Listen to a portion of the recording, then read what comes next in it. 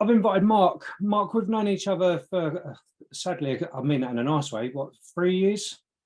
It's 3 years, yeah. And I mean this in a nice way. Like, obviously, I knew of you, but I didn't know you. But the reason we're friends is because, well, Paul. Yes.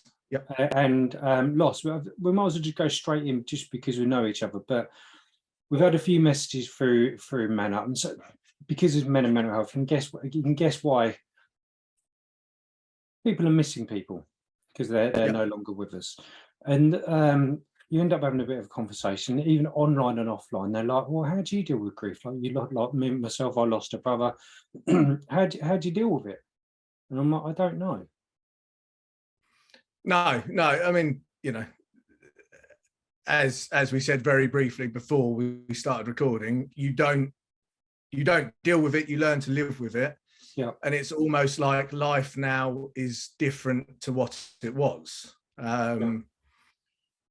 And I mean, I guess I'm lucky in that Paul was quite popular and had a lot of varied mix of friends. So like, I'm in touch with some of them, and some of them have become like really good friends to Mum, and obviously when my dad was here, Dad as well. Yeah. So that does help us as a family. I will say your mum is the strongest woman I've ever known. Yeah, it's crazy what she's had to deal with, and she still manages to smile. So yeah, and then like, so we also have like things that Paul used to do. I see in my kids, because my kids adored Paul, and I almost see that as the same as my dad, because obviously I lost my dad tail end of last year as well. So like, I'll see things that the kids say or do, and it's almost like they live on. Like, you can see literally they have got that from Paul. They've got that saying from Paul. They've got that from my dad. They've got, and that comforts me. That's there's comfort in that they're not here, but things that the kids have picked up. Well, you know that Paul taught my youngest son his very first swear word. I'm not surprised. Yeah, I remember that when we were doing something on one of the motorbikes, trying to change a wheel, and we dropped the bike a little bit, and he was like, "Oh, for fuck's sake," or something like that. and then my boy was there in the hallway, and he still brings it up now. So yeah, and that. So, but yeah, I don't know. Sorry, I don't know why I brought it up, so I do apologise. But it is those little things, isn't it? Just remember. It's things. I mean, as I discussed with you before, obviously, I mean, it's 3 years today that it was Paul's funeral. Yeah. So, and things like, I mean, they're silly things that people will just be like, oh, that's coincidence. But if you remember me saying at the day, I had the buzzard flew over the coffin, flew over the main car as we were driving to Seven Hills, and then on the day of my dad's funeral, we had a buzzard that flew next to the car as we were driving to my dad as well. So it's like, I take comfort in seeing things. A buzzard is quite a common bird now, but it's still almost, whenever we have something or there's a certain date, we seem to always see a buzzard. And I'm not particularly spiritual, but that kind of thing comforts me. Well, I think that's the thing, though, isn't it? I don't think we've got any right to say whether something's right or wrong. Do you know, if something makes you feel better or feel better, whatever terminology, then it's not wrong. Yeah. I think, obviously, that I'm all God squaddy and I'm a Christian, all this kind of stuff. But do you know what? People got their beliefs, whatever. Don't really care. I've got some of my beliefs, but do you know what? If that just makes me feel better, I'm not causing anyone any harm.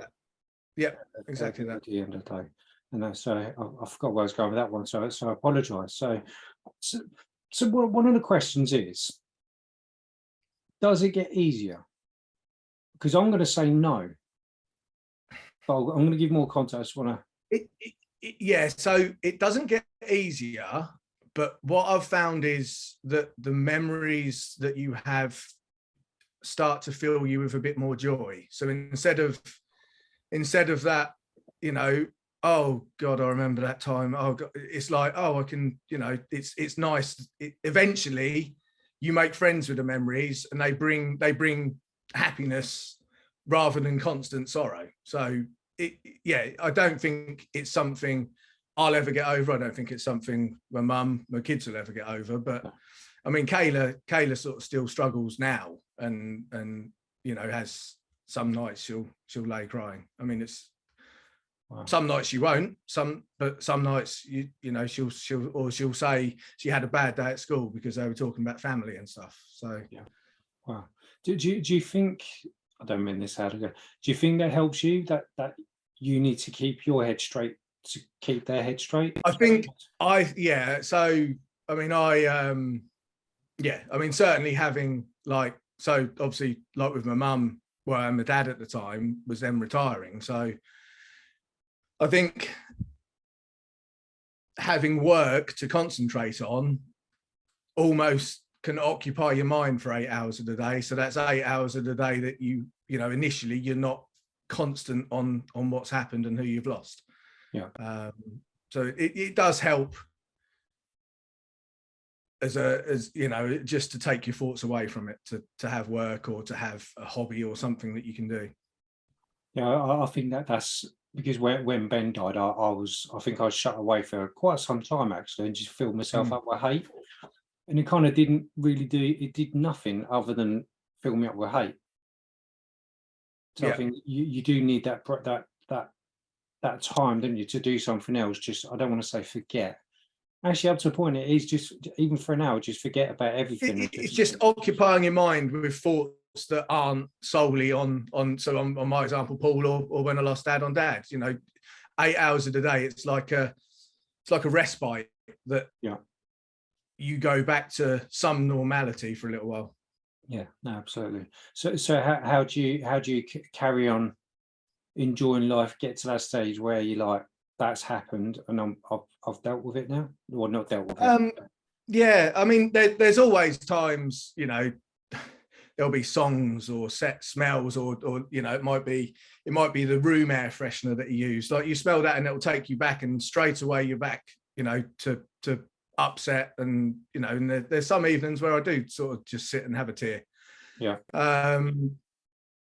So I don't think, you know, I think that's now going to be with me for the rest of my life. Same as obviously it would have been his 40th birthday coming up this March coming. So I mean, you know, days like that, you know that they're just going to be sad days, and it's, you know, that is what it is. But it would be more of a tragedy to live my life in depression and anguish and sadness. It just makes it more of a tragedy than it was. Yeah, you'll know Paul damn well, but and your dad would be completely pissed off with you for doing it. Yeah. So you know, you it's a different life. They're not here. We wish they was, but we still have to enjoy what we can while we're here, because we don't know how long we're here for. We don't, you know. I mean, I've been shown that. Yeah. Exactly, and I think it is about giving yourself, in December, which is the anniversary when Ben was killed. I, like, even my wife, I don't know if you met Faye, but even my wife, she would just ignore me for a couple of days. Yeah. Not that she's been horrible, but she knows that I can just be a bit of an arse. And actually, do you know what? I allow myself for those couple of days just to be an arse and just sit around doing whatever I want, and then I know that I can just recharge. Yeah. Go in and just not beat myself up about it. I think you're still allowed to grieve. I think, yeah, as I was alluding to, I think that's a lifelong thing. I think if you grieve for someone, you grieve for the rest of your life for them. I don't think that it's something, you know, it is a constant grief, but it's not constantly at the forefront of your mind, you know. Which is why you've got the dates or certain smells, sights, things that you do might bring that straight back to the front of your mind, and you go, you know, you have, like you say, them days where you just have to write off. Exactly. And just be okay with it, isn't it? Yeah. So with a flamethrower. So if someone's watching this, then, I don't know, unfortunately, if they've lost somebody or something like that, what would you say to them for them to do? I know it's a bloody hard one to answer, isn't it?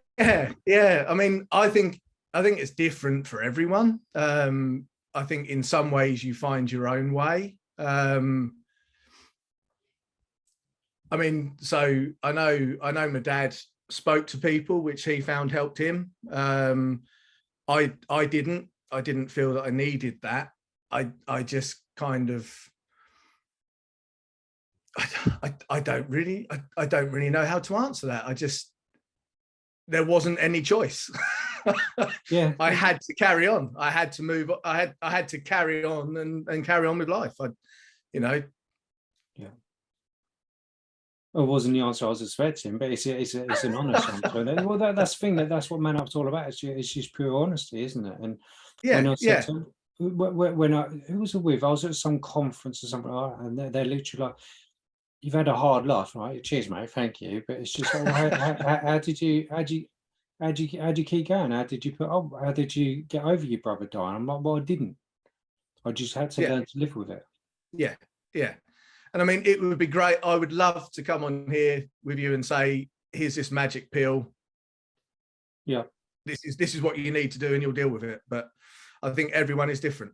I think, exactly that. Some people get over stuff very, very quickly. Some people will take years. And then you get people like us, what will just accept that every now and again it's going to make us feel a bit rough, but we have to focus on the good things. Like even Harry, my oldest son, sadly my youngest never met Ben, but it's just my oldest son, he remembers a sticker book what Ben bought him, and still to this day he's 14 the other day, like still brings it up. And so it's just those little things, isn't it? Yeah, well, we have, so obviously, well, like when the kids, obviously Paul had some money in his wallet, so like when it's the kids' birthdays, he would always take them, and they'd usually go to JD Sports or somewhere and buy a pair of trainers. So my mum and dad carried that on with Paul's money. So when it was the kids' birthdays, they'd come over, they'd grab them, they'll take them, they'll get the trainers that they want, and then have a KFC or whatever on the way back. And that's all through Paul's money, and it's it's a way of kind of living on. We're still doing what he did. It's keeping that tradition there. And I think that's so important to do that, isn't it? Really. Yeah. So important. I'm a massive believer that somebody truly dies when you've forgotten them. Yeah. Yeah, exactly that. I mean, you just have, exactly that. Exactly. You can never forget. I wouldn't want to ever forget. Yeah. And it would be a tragedy if one day we stopped talking about him. No, exactly. Well, I will say, just before to draw to close, I know I said this before, and I've been me. The reason MANUP is still here is because of your brother. Because I remember when I first did that event at Coppelston High School, this was just a harebrained idea of just doing something to try and give back. Because I used the term MANUP, I had all mental health workers saying, you shouldn't be doing that, you're disgusting, blah, blah, blah, blah, blah. And literally I did like both barrels just fired at me constantly. And it was your brother what was just like, fuck them. Just, you mean well, just keep doing it, fuck them, make it a success, and they'll come running back. Yeah. Do you know? And I don't want to sound arrogant. I don't want to sound arrogant or whatever else. But 3 years later, and I've worked my arse off. Them same people who basically tried to rip me apart and rip MANUP apart right at the very start, they're now partners. Yeah. Yeah. And I think that may have been his answer for quite a lot of people when they were. Well, it works, though, doesn't it? Just fuck them. Yeah, it does. It does. I mean, he had I think telling other people he probably had the confidence to do it. I'm not sure he always had the confidence to do it himself. But no, that's the thing. That's the thing. But no, cool. That was a good call, mate.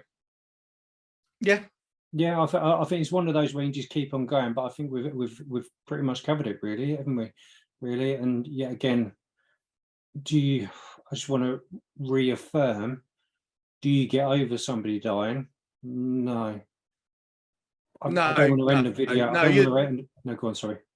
Yeah, so life is just different now, Yeah. After losing Paul, after losing, life changed. After losing my dad, life changed. It sucks. We wish it didn't. Yeah. It's where we are. It's almost like the choice is, to me, it would be more of a tragedy if I kind of spiraled out of control. So I guess that's puts the emphasis on keeping it under control, I guess.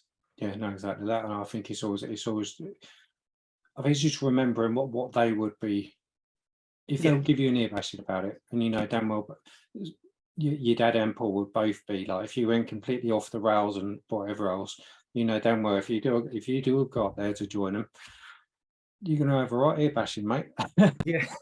And it really, that's just the way it is. But no, cool. I think we're done, mate, aren't we, really? Yeah. Yeah. Cool. Yeah. Let me hit the Well, end hopefully you got out of it what you wanted to get out of it. Yeah. Well, let me hit, I don't know if I gave the answers that are going to help anyone, but it's the honest answers. Well, do you know what? That's the thing. Sometimes it's just people just need to hear pure honesty. It's just, yeah, I'm a CA founder of the charity, but I'd love to offer some sort of wisdom. I'd love to, like you, I'd love to give like magic pills, what will take everything away, but we can't because they don't exist. But what we can do is communicate, and hopefully somebody's watching this video going, actually, I get it. And they focus on just moving forwards rather than staying where they are. The whole thing's worth it. I mean, the only, I guess my only suggestion would be don't self-medicate with anything, would be my suggestion. Yeah, I think that's just a massive stopper through anyone getting through it. But well, when we do a video on that topic, I'll call you back in, mate. Well, let me hit that stop record button 1 second, mate.